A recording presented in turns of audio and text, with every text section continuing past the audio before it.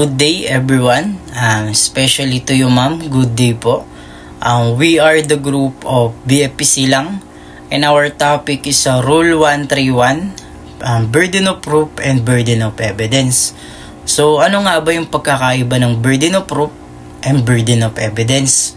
So ang Burden of Proof ay responsibility ng isang party na magpakita ng sapat na evidence upang patunayan ang kanilang allegations or case. So sa madaling salita, ito ang obligations na magpapatunay ng isang bagay. So halimbawa sa criminal case, ang prosecutions ang may burden of proof.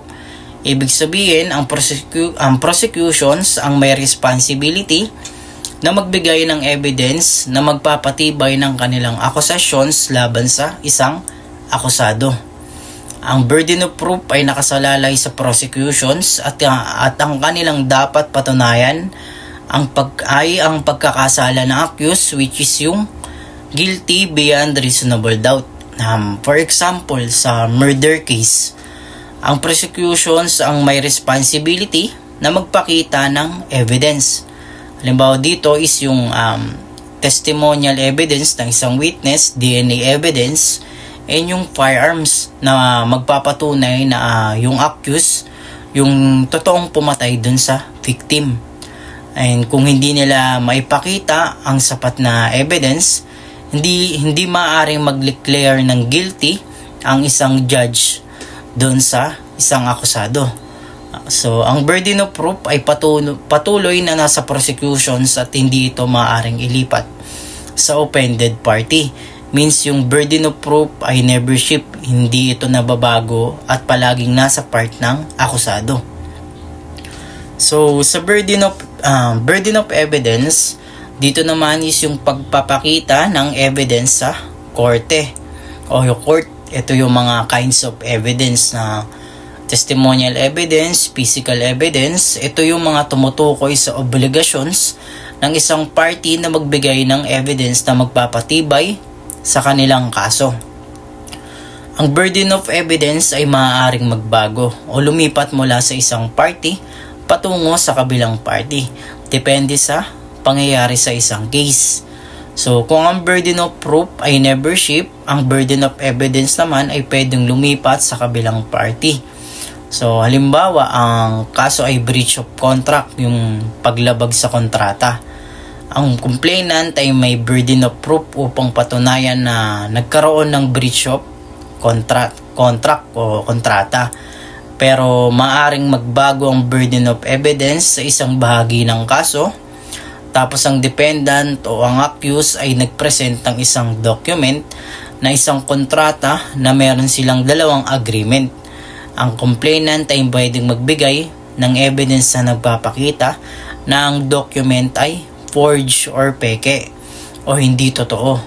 Hindi totoo yung mga nilalaman nito. Ito ang tinatawag na burden of evidence. So kung ano ang pinresent ng accused, pwedeng lumipat sa complainant ang burden of evidence, which is yung papatunayan ngayon ng complainant na hindi totoo yung pinresent ng accused na evidence.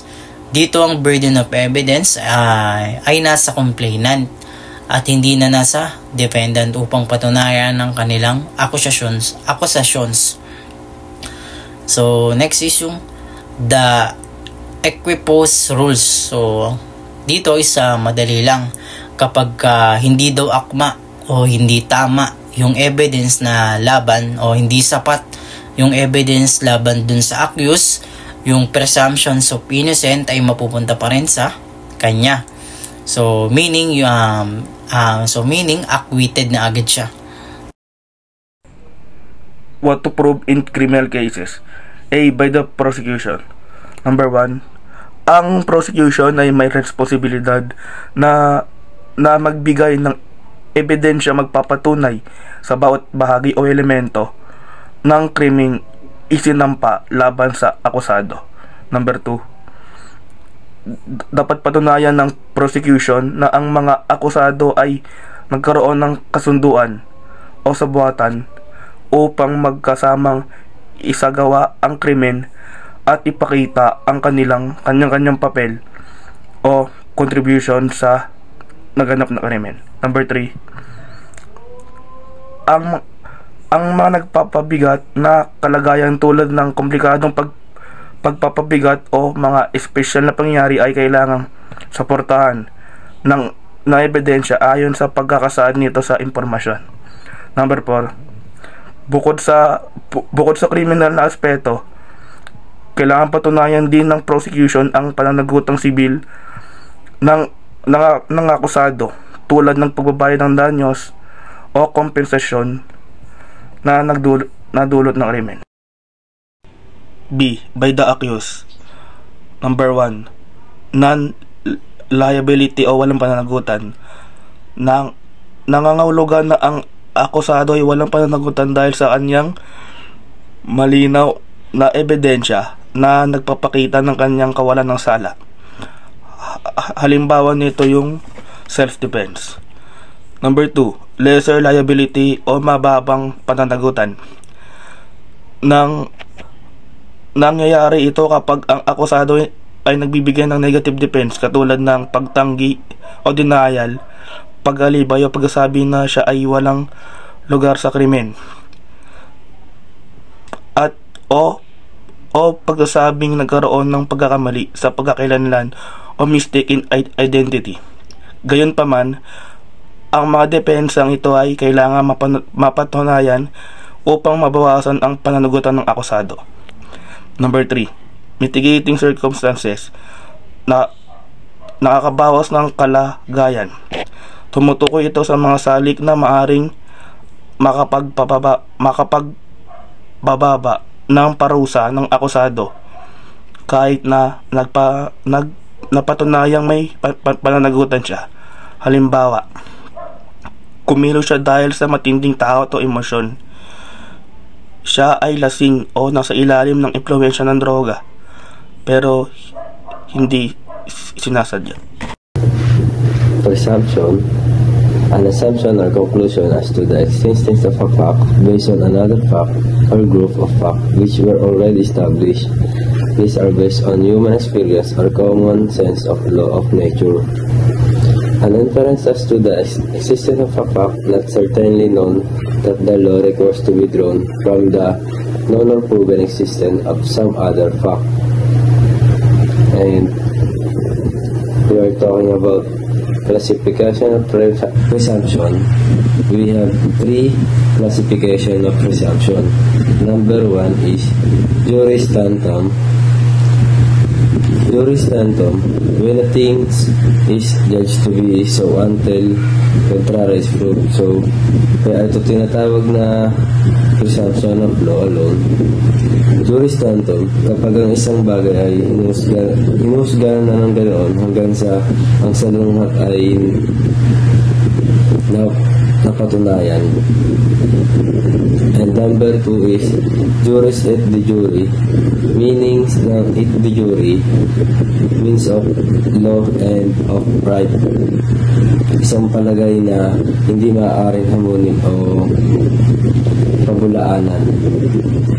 And the last is statutory and constitutional.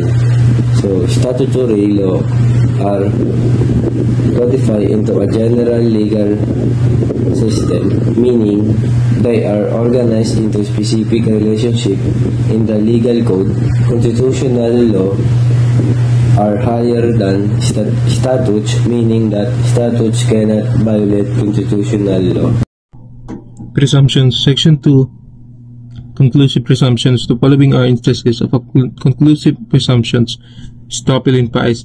Whenever a party has by his or her own declaration, act, or omission intentionally and deliberately led another to believe a particular thing true and to act upon such belief, he or she cannot, in any litigation arising out of such declaration, act, or omission, be permitted to falsify it, and be estoppel against the tenant. The tenant is not permitted to deny the title his or her landlord at the time of the commencement of the relation of landlord and tenant between them.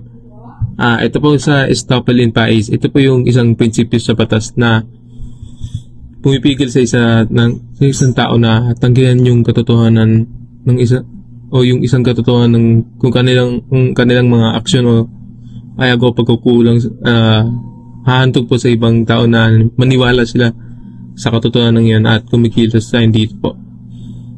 Tapos dito po, pinapaniwalaan po ito ng isang tao na totoo ang isang bagay na umaasa sila sa pananiwalang yon sa kanilang kapinsalan.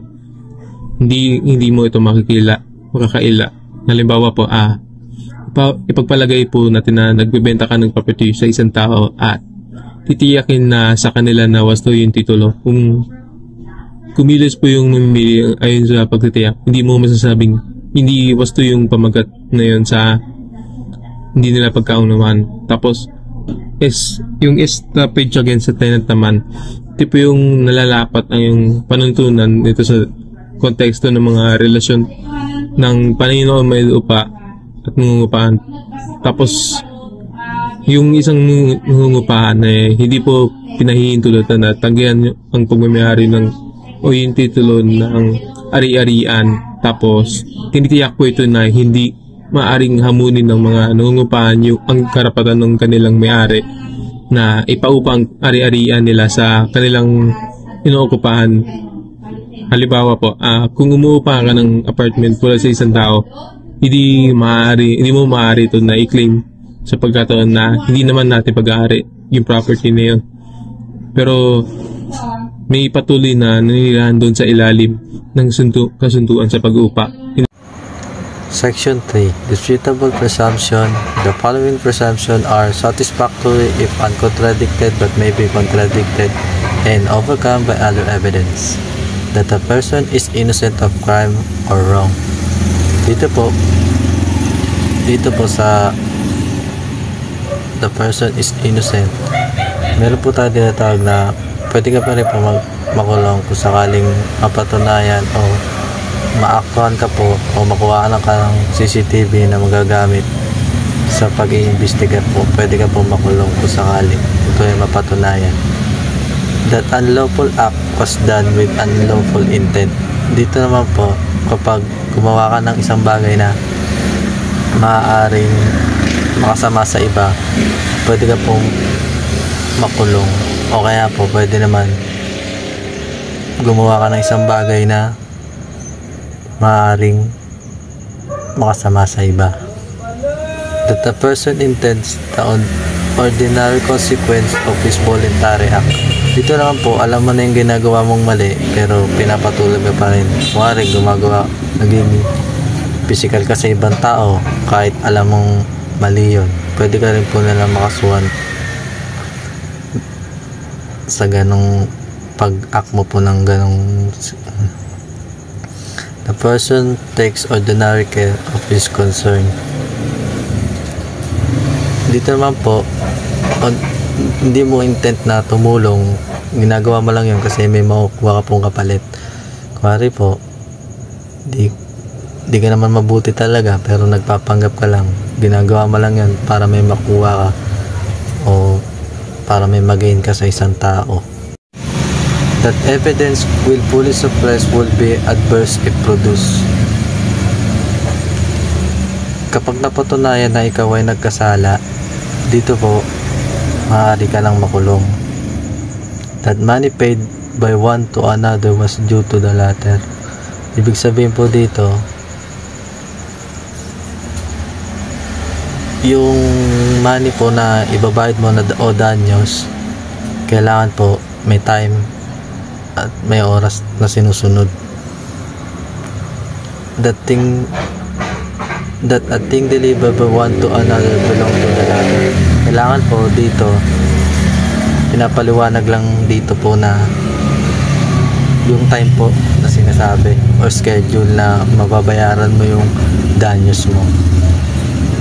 The obligation delivered up to the debtor has been paid. Kailangan po sigurado tayo na yung danyos po na ibabayad natin ay marireceive po ng napinsala po natin o kaya po ng debtor po. The prior rents or installment has been paid when a receipt for latter one is produced. Dito po sinasabi lang na kailangan po natin ng transparency na tinatawag, o kaya resibo po na tayo ay nagbayad na. That person found in possess of anything taken in the doing or of a recent wrongful act is taker and doer the whole act. Otherwise, the thing which is person possessed or exercise acts or ownership over are owned by him. Dito naman po, kapag sinasabi lang po dito na pag tayo ay gumagawa ng di maganda, maaari po mabawi sa atin yung bagay na meron tayo. Maaari po, kotse, bumili tayo ng kotse. Kung lagi po natin itong binabangga o kaya hindi po natin nababayaran yung monthly, pwede po itong kunin sa atin. That a person possession of order on himself for payment of the money or deliver of anything as paid the money or deliver the thing accordingly.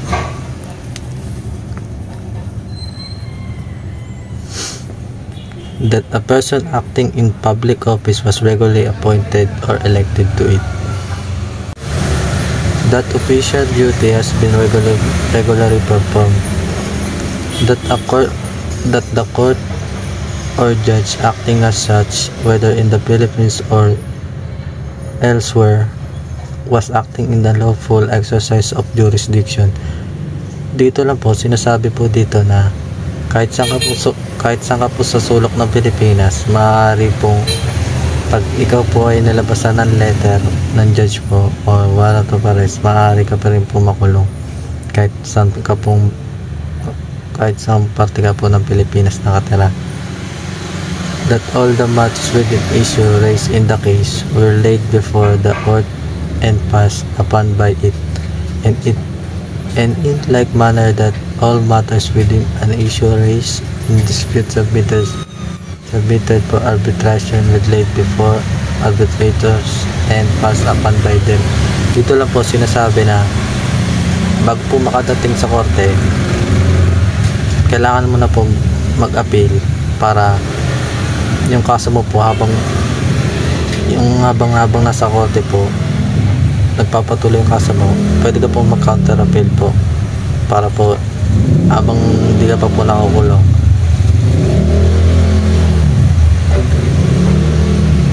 Maaari ka pong mabigyan ng ilang araw para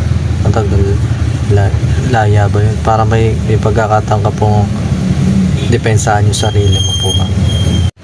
That private transaction have been fair and regular. Dito po sa bawat transaction na ginagawa po natin, kailangan po transparency po tayo para fair po din sa iba at sa atin. That the ordinary course of business has been followed. Dito po sinusunod lang po yung step by step po natin na process. That there was a sufficient consideration for contract. That a negotiable instrument was given or endorsed for a sufficient consideration. Dito naman po sinasabi na po, hindi naman po basta-basta agad na makukulong. Meron din po tayong consideration po na ginagawa or ini-endorse po natin para mapagtanggol natin sa that an endorsement negotiable instrument was made before instrument was overdue and at the place where the instrument is dated. Dito po sinasabi lang na yung ebidensya po natin kailangan po na i-submit po natin agad bago ito mag-overdue. That writing is truly dated. Ito po sinasabi lang na penmanship po natin na handwriting dapat po tugma po sa atin. That a letter duly directed and mail was received in regular course of the mail. Dito po kailangan naka-directed po yung mail natin sa receiver po. That after an absence of 7 years, being unknown whether or not absence still lives, he considered dead for all purposes except for those of succession. Dito lang po sinasabi na kapag 7 years ka na pong pag 7 years na po nawawala yung tao, i-consider na po na dead po siya for all purposes, except na lang po doon sa mga taong napatunayan na buhay pa po yung nakita pa po yung ano. Okay. Nakita pa po yung may pamana, nagmamay-ari. The absentee shall not be considered dead for purposes of opening his succession until after absence of 10 years. If he disappear after the age of 75 years, an absence of 5 years shall be sufficient in order that his succession may be opened. Dito lang po, sinasabi po dito na after mamatay po ng taong may pamana, after 5 years po, makukuha na po nung tatanggap po ng pamana yung pamana po. Makukuha na po dito yung mana niya po after 5 years. Pag namatay na po yung nagpamana. The following shall be considered dead for all purposes, including the division of the estate among the heirs. A person on board vessel lost during sea voyage or aircraft with is missing who has not been hit for 4 years since the loss of the vessel or aircraft. A member of armed forces who has taken part in armed hostilities and has been missing for 4 years. A person who has been endangered of death under other circumstances and whose existence has not been known for 4 years. Ang ibig sabihin lang po ng example na to lahat ay after 4 years po, maaari na po yung maturing na considered dead for all purpose na po. Is pagkasal ng isang tao pag namatay naman is bawal pa siyang magpakasal. Gawa't kailangan muna siyang i-divorce at magantay siya ng 2 taon para pwede na siyang ikasal sa another na person. Kasi alam naman natin na may sinusunod tayo dito sa Pilipinas na batas para sa marriage. Letter X, that acquiescence resulted from the belief that the things acquiescent and was comfortable to the law or fact. So dito is napakaganda yung naniniwala tayo sa batas kaysa yung naniniwala tayo sa pamahiin ng ating kinagisnan. Is napakaganda maganda yung sumusunod tayo sa batas kaysa yung may niwala tayo sa yung sabi-sabi sa nakapaligid sa atin. Then sa Z naman is bago tayo magpakasal sa isang tao is dapat kailangan muna natin siyang kilalanin kung wala pa ba talaga siyang karanasan about sa marriage. Bago sila matawag na wife and husband is kailangan muna nila may marriage contract. Yun yung ano na basis na sila ay totoong kasal talaga sila. Then sa BB naman is kailangan muna nilang umattend sa mga seminars sa simbahan para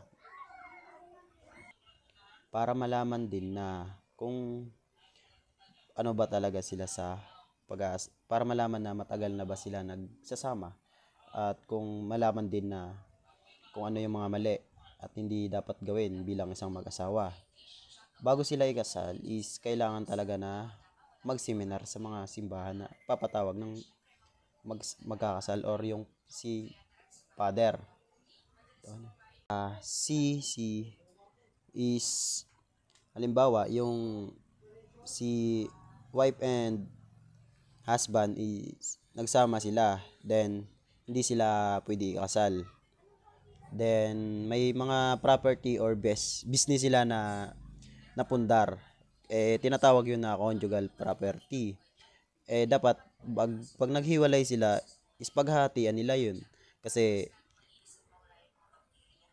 contribute sa bawat isa yung property, pera at hanggang HH is napaka ano lang nito. We need to follow the rules lang para hindi tayo magka-violation and hindi tayo ng kaso ng government. Kasi alam naman natin dito sa bansa natin is we need to follow lang para hindi na tayo maabala pa or hindi tayo makaabala sa government at hindi tayo makakasuhan. Yun lang. Ay naman is yung trustee person ng may-ari ng property or business is kailangan niyang sumunod sa may-ari para hindi siya mag-conflict ng kaso at hindi siya masampahan kung nagkakamali man siya or hindi. Kasi yung may-ari talaga is may right sa kanyang property. Is for example dito, family business. Once na yung isang partner is namatay, then yung conjugal property nila na which is yung business is kung sino yung matitira or yung buhay pa, siya yung magbi-benefit or magmamay-ari ng naiiwan na business or property. Is pag once yung namatay yung isang partner or tas fake news yung lumabas, then ang paniniwalaan ng mga tao na nakapaligid is same na silang patay na. Then yung naiiwan nila na property is wala nang magbi-benefit noon kundi yung kapatid. Good evening everyone.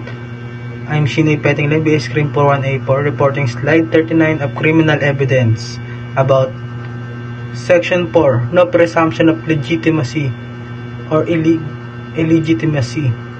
Ang meaning net sa slide is, there is no presumption of legitimacy or illegitimacy of a child born after 300 days following dissolution of marriage or separation of spouse. Whoever allege the legitimacy or illegitimacy of such child must prove his or her allegation.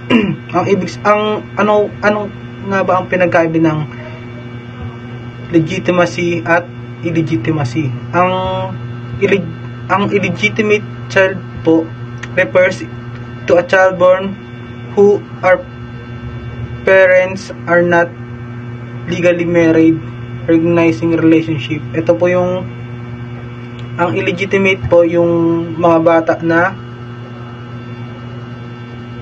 bata po na pinanganak na hindi pa po kasal yung kanilang mga magulang. In contrast, ang legitimate child is born to parents who are married or in legally recognized in relationship. Ang legitimate naman po, ang mga bata na pinanganak na ang kanilang magulang ay mga kasal na. May katunayan na kasal. Ang nakasulat naman po sa ating slide is, there is no presumption of legitimate or legitimacy of child after 300 days. Ito pong 300 days na to, ang pinupunto po na ito, kung maghiwalay man yung mag-asawa o magka-live-in at gustong angkinin ng babae na legit o illegitimate ang kanyang anak, sa loob ng 30 days dapat mapatunayan niyang ang bata ay pinanganak niya after ng kasal nila, kung sinasabi niya na legitimate ang kanyang anak. Ngayon, kung after 300 days at hindi niya mapatunayan na kasal sila nun, ang kakantungan ng kanyang anak ay maging illegitimate child. Yun po ang tinutukoy ng ating topic na ngayon na Section 4, Presumption of Legitimacy of Section 4, No Presumption of Legitimacy or Illegitimacy. Thank you po. Section 5. Presumptions in civil actions and proceedings. All civil actions, the proceedings are not otherwise provided by the law or these rules. A presumption imposes on the party against whom it is directed the burden of going forward with evidence to rebut or meet the presumption. Presumptions are inconsistent The presumptions that is founded upon weighter considerations of policy shall apply. If considerations of policy are equal weight, neither the presumptions applies. Ibig sabihin dito ay if consistent yung accuse mo sa isang tao, pwede siyang considerate na as a consideration of policy. Papapasok na siya doon. At if a party can state multiple causes of action in one pleading, if they are for money demand are of the same and nature and character. Example for this is if the complainant mag-demand siya ng pera para sa damages sa case, kailangan mabayaran ito ng ano man ang gusto ng isang complainant, kung magkano gusto niya pa, pero kailangan niya magbigay ng matibay na ebidensya para